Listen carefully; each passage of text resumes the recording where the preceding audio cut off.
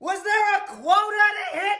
Because the Jets scored a lot of fucking goals. The Jets win 8-1 over the Boston Bruins. Absolute steamroll. Now, before we go into this, I would like to give a quick shout out to a good friend of mine, Sam Smith, on YouTube.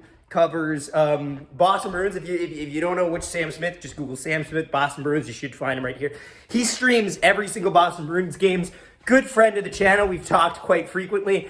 Do give him a subscribe. Tell him the No Hockey Podcast sent you. Great to see. So, let's get that out of the way.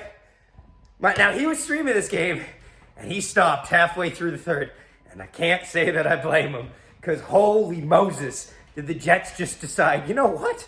We're going to win today. We're going to win today. And we're going to score. So, the Jets start this off. First off, Boston, completely undisciplined. Apparently, this has been a common thing for the Bruins, but the Bruins are not very disciplined, and the Jets just made them pay over and over and over again. First off, it's a 1-0 goal reaction here.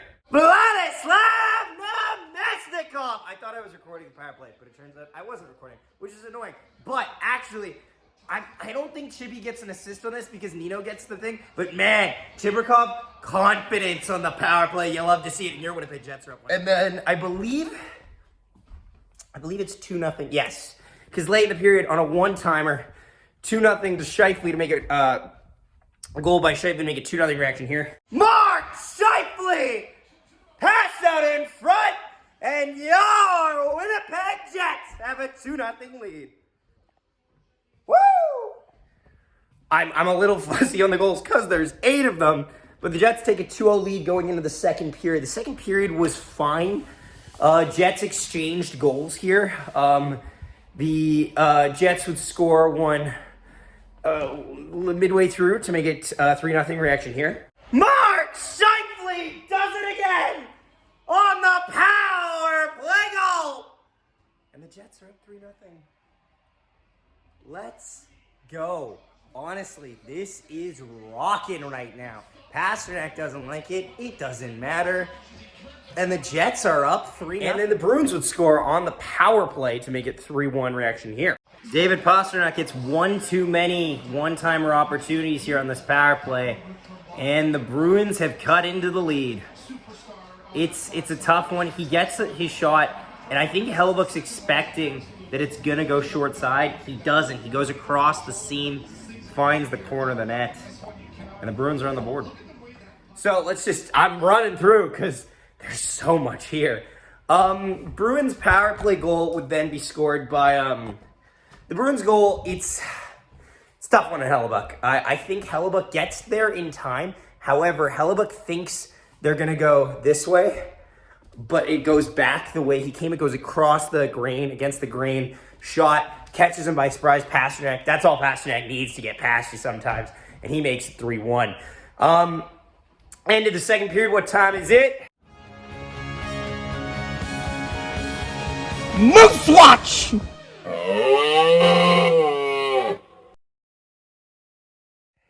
Oh, brother, you don't want Moose Watch.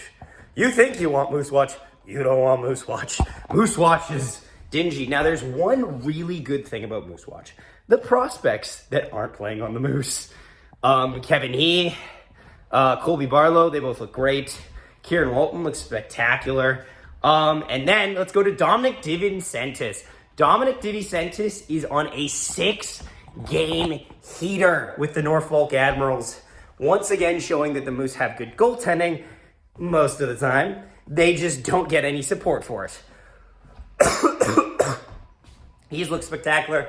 The Moose are losing like 4-0 right now to the Calgary Wranglers. So that's not fun. There'll be no highlights of that. Moose as a whole, weak team. Brad Lambert went down to the Moose. Nikita Chibrikov came up, and oh, don't worry. We'll talk about that. But yeah, that was Moose Watch. And we're speed running this video. But you know what? There's just so much to cover. And the goals get confusing. So we're just going to start throwing goals up, okay? It's 4-1. Kyle Connor and the Jets take a 4-1 lead over the Boston Bruins. You'll love to see it. You'll love to see it. Not feeling bad. Now it's 5-1.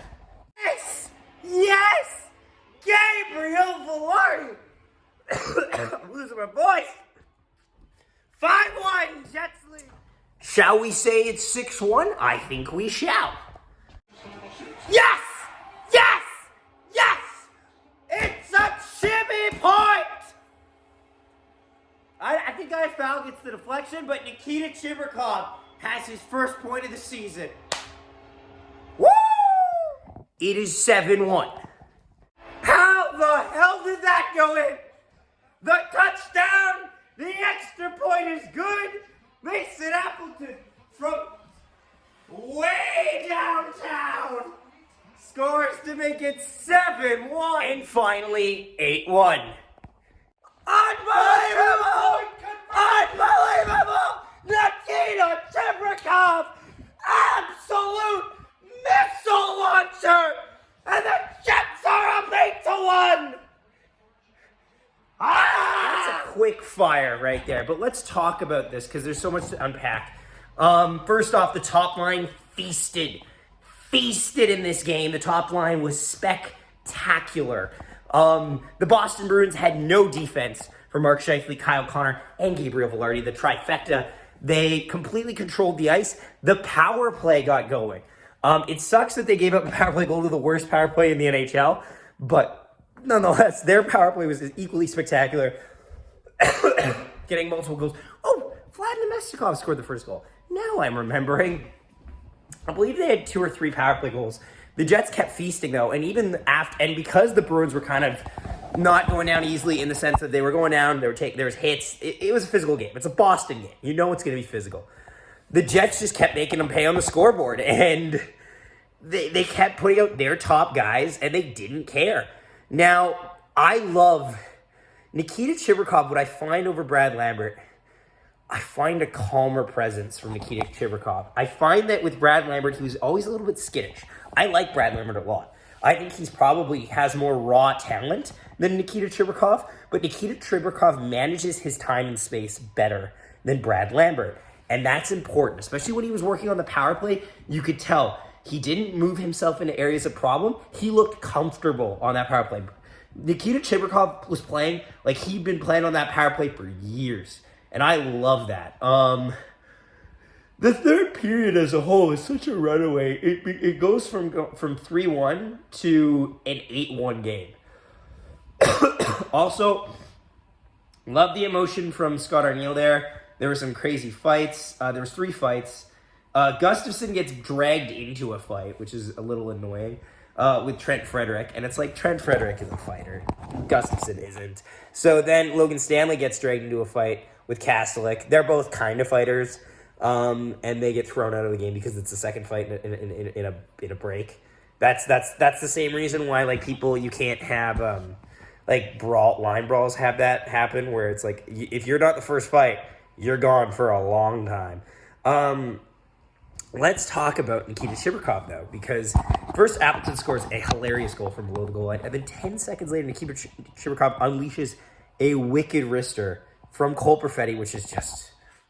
Oh, chef's kiss. What a sentence. Nikita Chibrikov goal from Cole Perfetti is an amazing sentence. Also, Nikita Chibrikov might be playing his way up into a roster spot right now. And I mean that genuinely.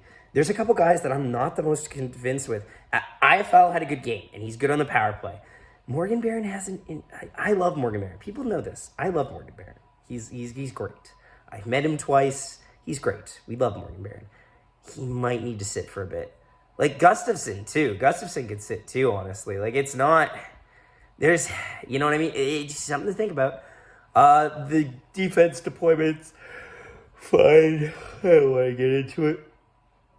But yeah, no, honestly, this game, so happy with it. 3 stars of the game. Nikita Chibrikov will grab the 2nd star. Mark Scheifele will get the 1st.